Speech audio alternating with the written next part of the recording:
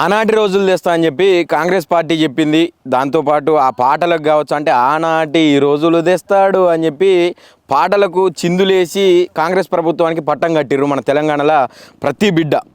ఈరోజు అదే రైతులు అంటే ఏ రైతులైతే మాకు కాంగ్రెస్ వస్తే ఇంకా ఎక్కువ బెనిఫిట్స్ ఉంటాయి అని చెప్పి నమ్మిర్రో ఆ రైతులందరూ ఈరోజు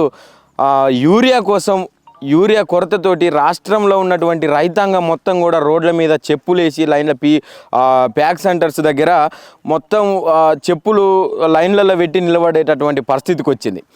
మాట్లాడదాం ఇప్పుడు ప్రజెంట్ గ్రౌండ్ లెవెల్లో ఎట్లా ఉన్నది రియాలిటీ అని చెప్పి తెలుసుకునే ప్రయత్నంలో భాగంగా మనం ఒక ఊర్లోకి వచ్చినాం. ఇక్కడ ఉన్నటువంటి రైతులతో మాట్లాడించే ప్రయత్నం చేద్దాం మనం. అంటే గతంలో కేసీఆర్ గారు ఉన్నప్పుడు అసలు ఇలాంటి కొరత లేదు అని చెప్పి చెప్తా ఉన్నారు రైతులు. నమస్తేనే పెద్దయినా. నమస్తే. ఏం పేరే? రాజు, బొల్లేని రాజు. రాజు, ఏంది యూరియా గురించి, యూరియా కొరత అని చెప్పి చెప్తున్నారు? అవును సార్, యూరియా కొరత బాగా షార్టేజ్ అవుతాను సార్. అప్పుడు కేసీఆర్ గవర్నమెంట్ ఉన్నప్పుడు మంచిగా మాకు అనుకున్నట్టు జరిగింది సార్. ఇప్పుడు కాంగ్రెస్ గవర్నమెంట్ వచ్చిన కానీ యూరియా లేదు, ఏది లేదు. అక్కడ పోతే లైన్లు కట్టడం అవుతుంది, ఇబ్బందులు పడవలసి వస్తుంది. ఆ లైన్లో పోయినా కూడా మళ్ళీ ఇబ్బంది, మళ్ళీ ఏది లేదు పోవంటాను. అక్కడ పోయి ఇబ్బందులు పడదు, మళ్ళీ లైన్లు కట్టి రోజు పోవడం అవుతాను సార్. రోజు ఇబ్బందులు పడుతుంది. అసలు ఎందుకు కొరత వస్తుంది? 3 నెలలు దగ్గరకు వస్తాను సార్. 3 నెలలు సార్. 3 నెలల కాంచెల్లి మొక్కలకు నాన్న యూరియా అడ్డు పెడతాను. నాన్న యూరియా అడ్డు పెట్టి మళ్ళీ ఇది తీసుకుంటే అది ఇస్తా ఉంటాను, లేకపోతే నాన్న డిఏపి ఇస్తానంటారు. నాన్న ఏది ఇచ్చడం వల్ల మాకు ఇబ్బంది అవుతుంది సార్. మాకు యూరియా లేకపోతే మేము ఏం చెప్తారు ప్రధానంగా? ఇప్పుడు యూరియా లైన్లు కట్టాల్సినటువంటి పరిస్థితి ఎందుకు వచ్చింది? ఏం చెప్తారు? అవుతాను సార్, కొట్టుకుండా అవుతాను సార్. లైన్లలో పోయి కొట్టుకుండా అవుతుంది, నెట్ వేసుకుండా అవుతుంది. నేను ముందు పోయినప్పుడు నన్ను నెట్ ఎత్తాను, ఇంకోళ్ళు ముందు పెడతాను. దాని వలన చాలా రైతుకు చాలా నష్టం జరుగుతుంది సార్. అందువలన మాకు కావాల్సింది యూరియా కావాలి. యూరియా రైతులకు ఉంటేనే. ప్రభుత్వం ఏం చెప్తుంది? అసలు ప్రభుత్వం ఏమంటుంది, యూరియా మేము ఇస్తాను, గవర్నమెంట్ మాది కాదు, కేంద్రం నుంచి వెళ్తుంది కాబట్టి మోడీ అడుగు చేస్తలేము. మోడీ ప్రధానమంత్రి అక్కడి రావాలి కాబట్టి, సెంట్రల్ నుంచి కాబట్టి మేము ఏం చేయలేము కదా అని వాళ్ళు అంటున్నారు. కేంద్ర ప్రభుత్వాన్ని కూడా అడిగే ప్రయత్నం చేస్తే కేంద్రం కూడా మేము ఇవ్వాల్సింది ఇచ్చేసినాం అని చెప్పి చెప్తుంది కదా. మరి అంటున్నారు, వీళ్ళు ఇస్తలేరు సార్. వీళ్ళ దగ్గర వీళ్ళు ఏమున్నా మేము పోతాను, ఢిల్లీ పోతాను, అట్లా చేసుకుంటూ మేము చేస్తాను ఉంటాను. రేవంత్ రెడ్డి ఏం లేదు సార్. మాకు 10 ఏళ్ళు మాకు మంచి సౌకర్యం జరిగింది సార్. 10 సంవత్సరాలు మంచిగా కేసీఆర్ గవర్నమెంట్ యూరియా కోసం గత 10 సంవత్సరాలలో కేసీఆర్ గారు ఉన్నప్పుడు యూరియా కోసం ఇట్లా లైన్లు కావచ్చు, చెప్పులేసి ఎన్నలేదు సార్. ఎన్నలేదు. ఒక్క సంవత్సరం ఫస్ట్ స్టార్టింగ్ లో 1 సంవత్సరం ఉండే సార్. ఆ తర్వాత మళ్ళా యథావిధిగా వస్తూనే ఉండదు సార్. చాలా చాలా అంటే చాలా మంచి గవర్నమెంట్ చేసింది సార్. కాకపోతే సరే ఇక గవర్నమెంట్ వేరే వచ్చింది కాబట్టి మనకు ఇక ఈ గవర్నమెంట్ చేయబట్టి మాకు చాలా ప్రాబ్లం అవుతుంది సార్. అందువల్ల మాకు యూరియా కొరత లేకుండా మాకు రైతులకు అందరికీ సాయం చేస్తే మేము కూడా గవర్నమెంట్ కూడా సాయం పొందుతాం. ఇప్పుడు 3 నెలల నుంచి తిరుగుతారు, ఇంకా కూడా క్లియర్ కాలేదు? ఇంకా క్లీన్ కావాలి సార్. ఇంకా ఇబ్బందులు ఉన్నాయి సార్. ఇంకా లైన్లు కట్టడం. ఇగో ఇలా పోయి అక్కడ మన నర్సంపేట పోయి ఆడ పోయి చూస్తే లైన్లు కడితే ముందు పోయిన వాళ్ళక వాళ్ళకు రైతు దొరుకుతానే, వెనక చిరు పోయిన వాళ్ళు మళ్ళీ వెళ్ళేస్తాను ఉన్నాయి సార్. వాళ్ళకు ఒక కార్డు ఉంటే దానికి 1, 2 ఇస్తాను సార్. అది పట్ట passbook xerox, Aadhaar card xerox పెట్టుకొని అదేదో కార్డు రాస్తాను సార్. కార్డు రాస్తే ఆ కార్డు బట్టి ఉంటే దీనికి నీకు దానికైనా లింక్ పెట్టింది సార్. ఏది నాన్న యూరియా అన్నా లేకపోతే నాన్న డిఏపి అన్నా ఇది లింక్ పెట్టి ఇస్తాం అంటే అట్లా కాదు సార్ అంటే 2 ఇస్తాను సార్. మరి ఎట్టుంది రైతుల పరిస్థితి ఇప్పుడు గతంతో పోల్చుకుంటే? ఇప్పుడు రైతు రాజ్యం తెచ్చిన అని చెప్పిండు రేవంత్ రెడ్డి. రాజ్యం లేదు సార్, ఏ రాజ్యం లేదు సార్. గదే రాజ్యం ఉన్నది సార్, ఏ రాజ్యం లేదు. ఇందిరమ్మ రోజులు తెస్తా అన్నాడు. ఇందిరమ్మ ఇండ్లు ఇచ్చినోడికే ఇస్తాను. ఇందిరమ్మ ఇండ్లు కట్టిన వాళ్ళే కట్టుకుంటారు. గవర్నమెంట్ చాలా అది ఇబ్బందులు లేదు సార్. మాకు కావాల్సింది మాకు రైతుకు యూరియా. ఈ పాలన వచ్చినాకనే, కాంగ్రెస్ వచ్చినాకనే రైతులందరూ సంతోషంగా ఉండరనేమో ప్రభుత్వం చెప్తుంది. ఏది లేదు సార్, ఏది లేదు. మాకు ఇంకా ఇబ్బందులు వస్తాను కానీ నా ఇబ్బంది అప్పుడు ఇబ్బంది రాలేదు సార్. ఇప్పుడైతే ఇబ్బంది వస్తుంది సార్. ఇబ్బంది సార్. 2 లక్షల రుణమాఫీ ఇస్తా అన్నాడు సార్. 2 లక్షల రూపాయలు కూడా ఇవ్వలేదు సార్. ఏది లేదు సార్. మొన్న చెప్పిండు స్వాతంత్ర దినోత్సవం. అస్సలే లేదు సార్. లేదు సార్. మేము కట్టుకున్నాం సార్. మన బ్యాంకులలో కట్టుకొని వచ్చినాం సార్. లేదు సార్. ఏ బ్యాంకులో కూడా నాకు మాఫీ లేదు సార్. రైతు బంధువులు ఇప్పుడు ఏది ఇది ఇస్తాను సార్. దాని పేరు మన మన బోనస్ ఇస్తాను సార్.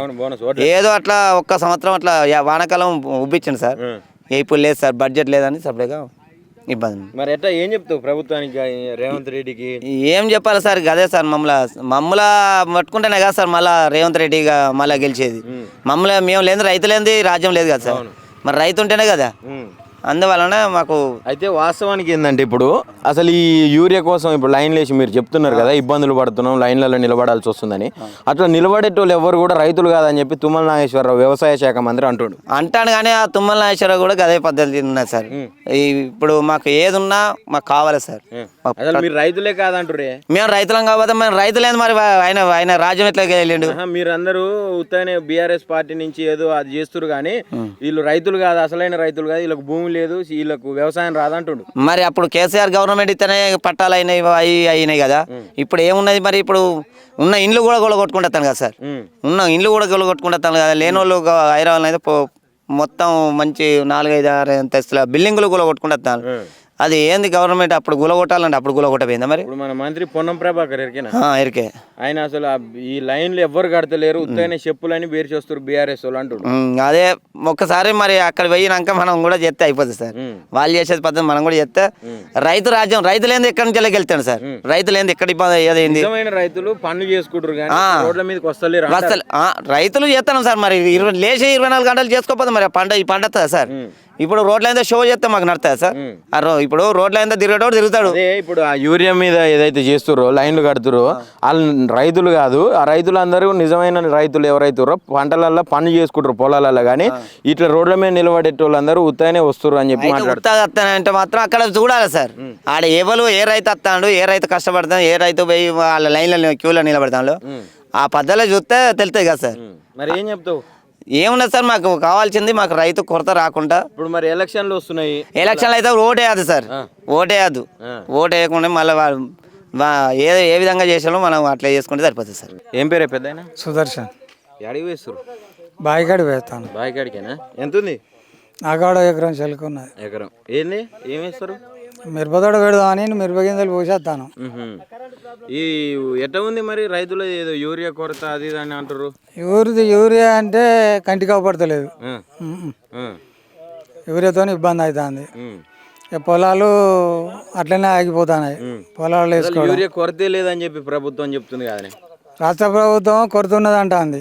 కేంద్ర ప్రభుత్వం కాడికి వచ్చారకు మేము పంపించే కోట పంపించినాం, అది రాష్ట్ర ప్రభుత్వం దాచుకున్నారు అనేది వాళ్ళు చెప్తున్నారు. మరి రాష్ట్రం కాడికి వస్తే మాకు దొరుకుతలేదు. మరి ఎట్లా ఇప్పుడు రైతులు ఇబ్బంది పడుతురు కదా? రైతులని ఆడుకుంటారు. మరి వాళ్ళు మేము ఏం చేయాలి? ఎక్కడికని పోవాలి? ఇప్పుడు రాష్ట్ర గవర్నమెంటే మాకు పంపిణీ చేయాలి, పంపిణీ చేస్తలేదు.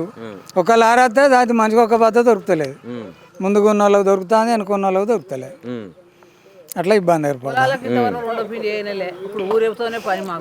నాటేసినాం, డిఏపీ వేసుకుంటా వేసినాం. దీనికి గతంలో 10 సంవత్సరాలు తెలంగాణ వచ్చిన తర్వాత ఈ లైన్లలో నిలబడేది కానీ ఆడోళ్ళు పోయి నిలబడేది కానీ ఇవన్నీ ఉన్నాయా? 10 సంవత్సరాలలో ఒక్క రోజు కూడా లైన్ అనేది మాకు తెలియదు. లైన్ తెలియదు. నాగలి కట్టించి బండి వేసుకొని పోయి బత్త వేసుకొని వచ్చి పొలంలో చల్లుకునేది. అలాంటి వెలుసుబాటు మాకుండే 10 సంవత్సరాలు. మరి ఇప్పుడు ఎందుకు ఉండలేదు అట్లా? అది గవర్నమెంట్ ఏం చేస్తుంది? రైతు రాజ్యం వచ్చింది, ఇంద్రమ్మ రాజ్యం వచ్చింది అని చెప్తుండు. వచ్చింది, బాగానే ఉన్నది, అందరం ఓట్లు వేసినాం, గెలిపించినాం. కానీ మరి యూరియా కాడికి వచ్చారకి ఏంది కదా, ఇస్తలేరు. మరి రైతులే దొరికింది, వాళ్ళకి ఎవరు దొరకలేదా? రైతులే దొరికింది, ఆ గవర్నమెంట్కి ఎవరు దొరకలేదా? ఇక మరి యూరియా కాడికి పోతే లైన్లు, కొట్టుకోడు, పెద్ద గొడవలు, అది పరిస్థితి.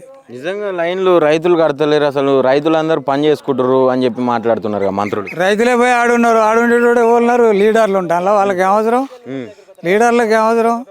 నేను రైతులే పోతాను, చీకటితో పోతాను, మా భార్యలు సదులు పట్టుకొని వస్తాను ఆడికి లైన్ల కాడికి.